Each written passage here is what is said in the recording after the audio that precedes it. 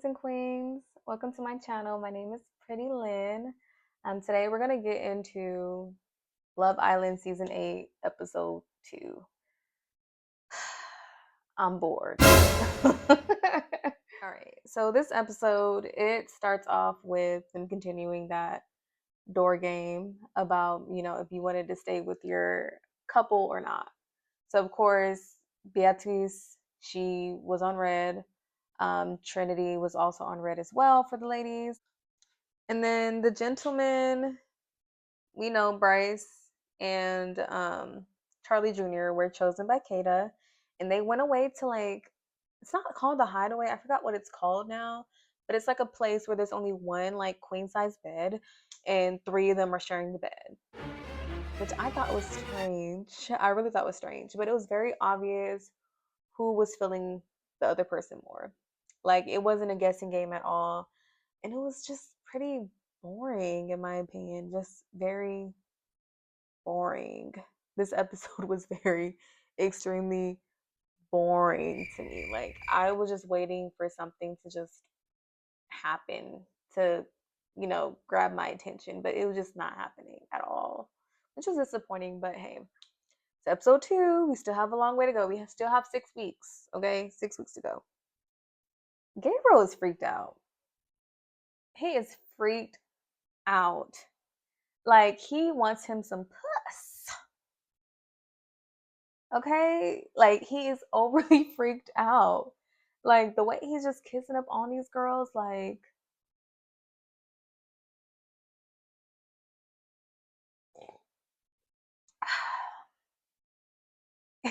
he wants some?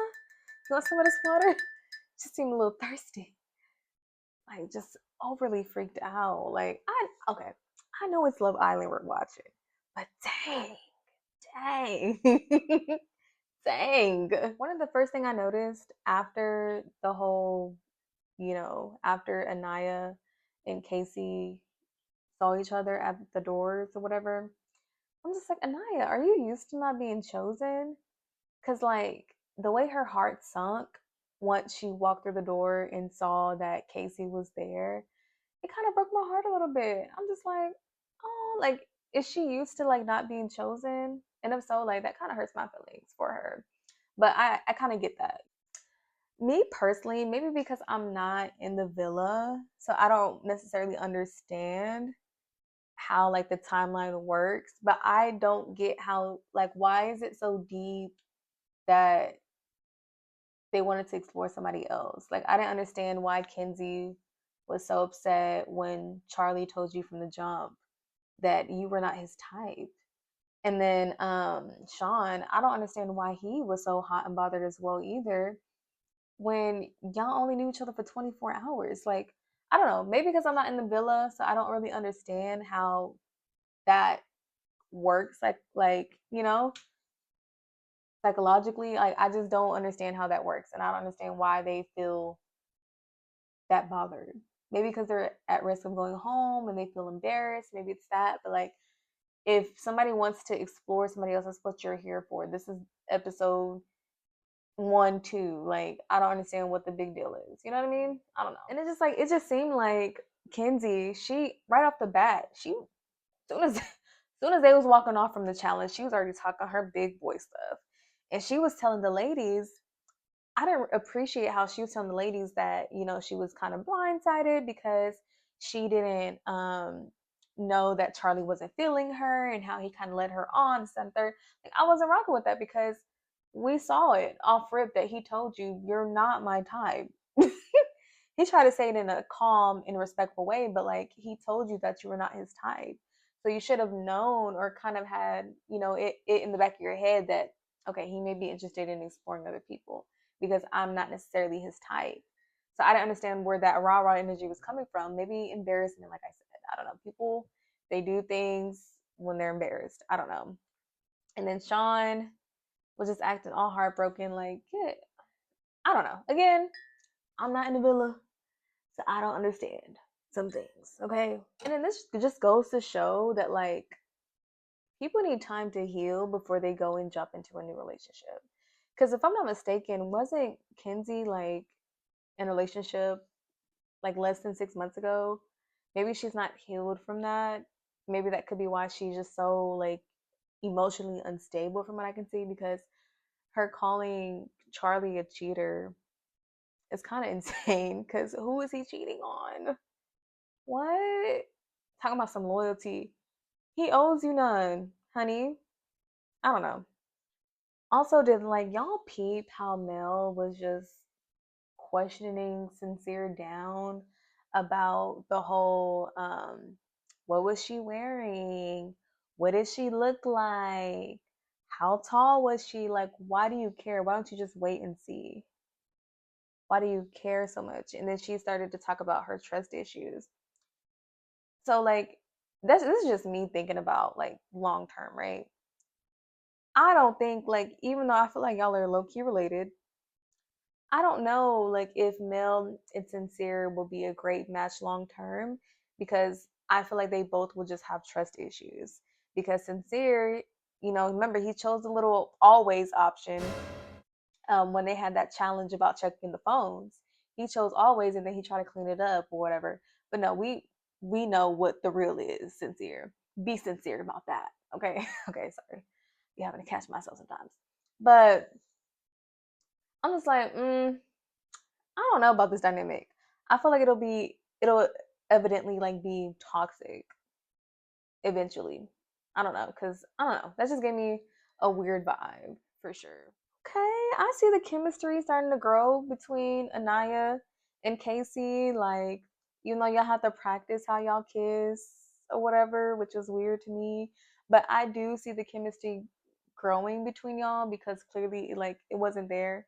Then again, like, sometimes a friendship is needed first in order for like a relationship to grow into something beautiful and flourish like a flower and grow like a butterfly. But I don't know. I just don't feel like Anaya sees it for Casey. Genuinely, I really think that she is feeling Sean. And I think because she probably didn't think that she was Sean's type, she probably is used to not being a lot of people's type. She's just settling for who wants her. If you know what I mean? So I feel like she's settling for Casey, but I don't feel like she really wants him. I feel like who she really wants is someone like Sincere or someone like Sean, if we're just being honest. But she just knows that she's probably not their ideal type. So when she heard that, Sean was kind of interested in her when he first came in the villa, now her ears are perking up like, huh? The same way that Casey eyes was opening when Anaya told him that her dad was in the NBA, was the same way her eyes was perked up open um, when Sean told her that his when he first came in the villa, he kind of had eyes on, her and Trinity. I was like, hmm. And then she started talking to him, comforting him. I'm like, I see what you're doing. I'm familiar with your game, girly. I'm familiar with it. One thing I can say, one thing, see, look, me, I'm gonna call people out when they need to be called out, because accountability, I'm the accountability queen, but I can also give credit when it's due. And I can appreciate and respect Kayla slash Kenzie for waking up and being in a positive attitude. Like, thank you. Like, yeah, yesterday's problems don't have to be today's problems. You know what I'm saying? So I'm glad that her and Sean woke up on a positive note, and decided to comfort each other, and he made her breakfast, yada yada yada. So like I can appreciate that, and I respect that a lot. I respect that part for sure. One thing about Love Island is that it will humble you. Not only is it a humiliation ritual, but it will humble you. The way it humbled freaking Sean and Kenzie when their partners came out, and the fact that literally like the bombshells kissed each of their partners and made them read the text about it as well, like they will humble you. And if you think you're confident, if you think you're big and bad, go to Love Island. They'll show you otherwise. Go to Love Island. Oh, you confident. Oh, you think you some bad stuff. Oh, you think you a 10 in your city. Go to Fiji and go to Love Island, and they gonna show you that you a 2. Granted, everybody's beautiful. Everybody's handsome in their own way. I'm not here to bash anybody. These are just opinions. These are real people. And I don't know these people, okay? So I'm not promoting hate or anything like that. I'm just sharing my opinion. We're just getting into the tea. We're having a tea party, okay? That's all that we're doing here, okay? We're just kicking, having a good time.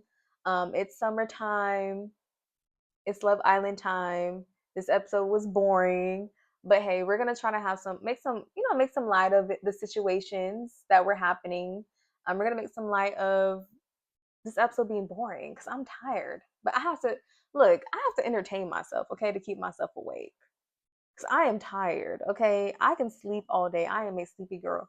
But I have to entertain myself. So I will, by all means necessary. So that's why we're here together having our tea party. Cheers. But bombshells, they chose who they chose. Again, super predictable. I knew that Gabrielle was going to choose Beatriz, and I knew that Kada, I hope that's her name. I knew she was going to choose Charlie's little brother. I just knew it. I knew she was going to choose him. Like, it was just so predictable. I already knew that was going to happen. And then I knew the two bird brains were going to be together, Bryce and Trinity. They just, there is no, when they have conversations, there are no brain cells active at all. And it shows.